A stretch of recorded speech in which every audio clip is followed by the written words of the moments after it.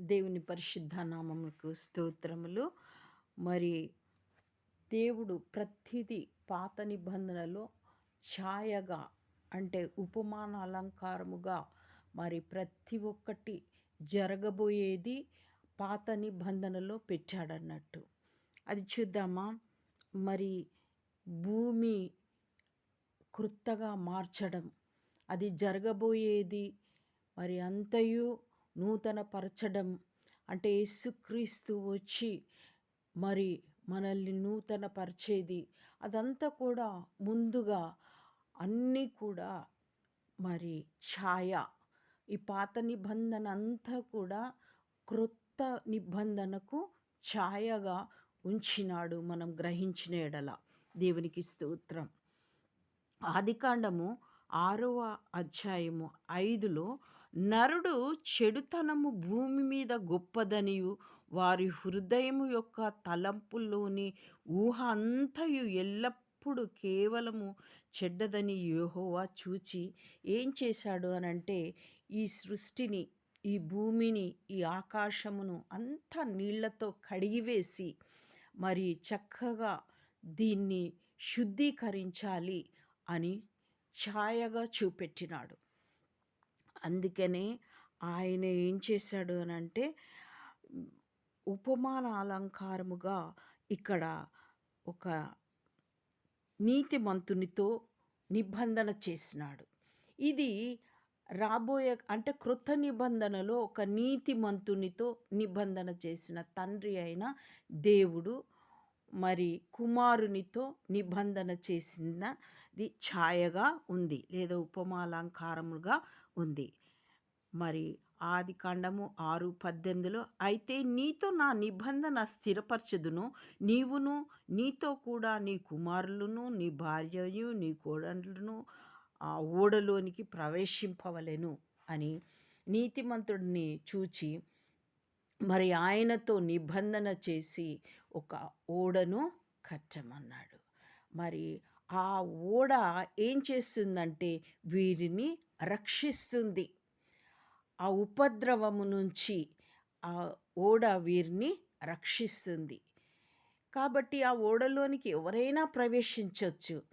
కానీ కేవలము మరి దేవుని యందు అప్పుడు దాకా ఒక్క ఆకాశం నుంచి ఒక్క చినుకు కూడా పడలేదు. మంచు మాత్రమే భూమిని ఫలింపచేస్తుంది. కాబట్టి నోవాహు మాత్రము మరి విశ్వసించినాడు.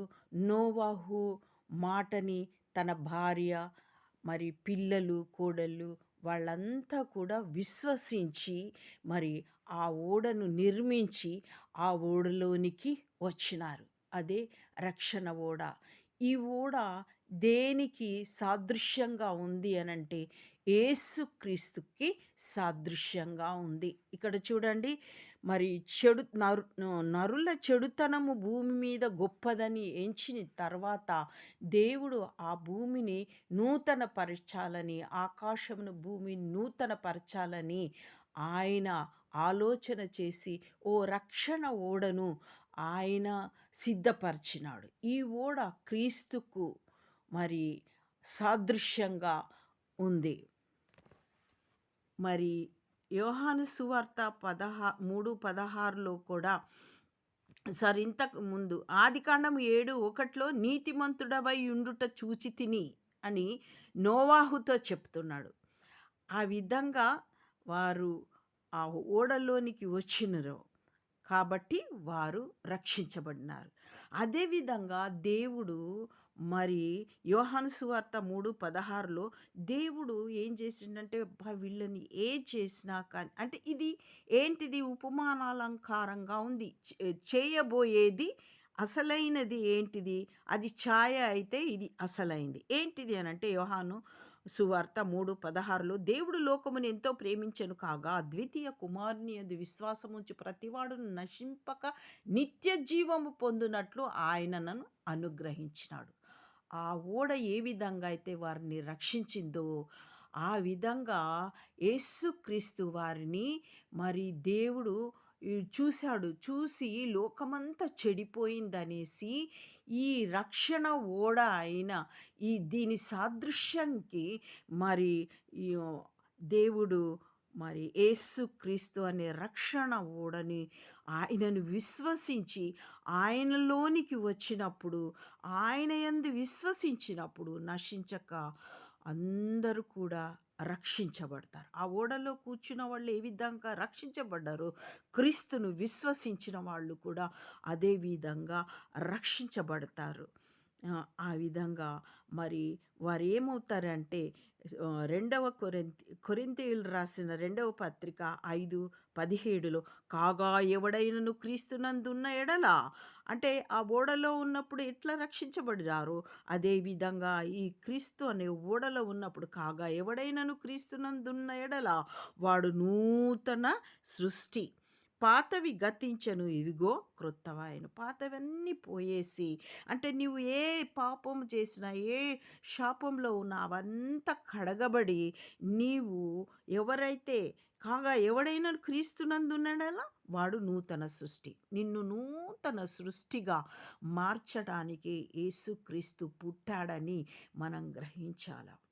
అంటే నీ పాపములను కడిగివేయటానికి ఆయన రక్తముతో పాపములు ముందుగానేమో ఛాయగానేమో నీళ్లతో కడిగివేసినాడు, అది ఛాయ. కానీ అస్సలు ఇప్పుడు ఆయన వచ్చి బలియాగమైనాడు. ఆయన పుట్టటానికి కారణం ఏంటిదంటే ఆయన రక్తం చిందించి నీ పాపమంతా కడిగివేసి నిన్ను నూతన సృష్టిగా చేశాడు. ఎందుకు అనంటే ఈ నూతన సృష్టిగా చేశాడు అనంటే ఓ రాబో దినంలో ఫ్యూచర్‌లో ఏమవుతది, ప్రకటన 21:1 అంతట నేను క్రొత్త ఆకాశమును క్రొత్త భూమిని చూచితిని అని యోహాను మరి దర్శనంలో చూస్తున్నాడు. చూచితిని మొదటి ఆకాశము మొదటి భూమి గతించిపోయాను.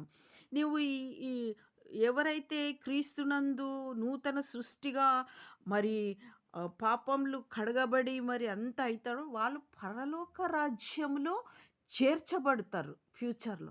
వాళ్ళు కొత్త సృష్టిలో కొత్త ఆకాశము, కొత్త భూమికి వారు చేర్చబడతారన్నట్టు.